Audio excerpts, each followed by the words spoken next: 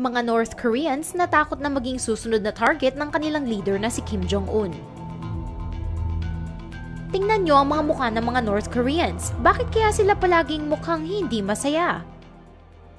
Matapos i-execute ni Kim Jong-un ang kanyang tito na si Jang Song-taek at ang pamilya nito, maraming mga North Koreans ang natakot na baka sila maging susunod na target.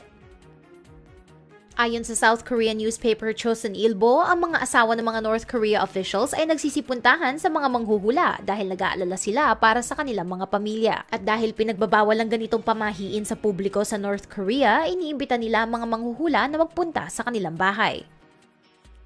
Ang kalupitan ni Kim Jong-un ay namana niya sa kanyang ama na si Kim Jong-il. May balita na ang gobyerno ng North Korea ay gustong pagbawasin ang takot ng mga mamamayan sa pamamagitan ng pagbigay ng atensyon sa mga nakatatanda at mga ulila.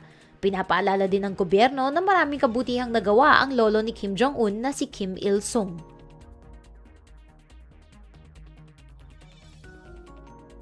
Ayon din sa mga reports, sinisira ng mga North Korean na babae ang kanilang mga itsura para hindi sila mapili para sa entertainment group ng gobyerno.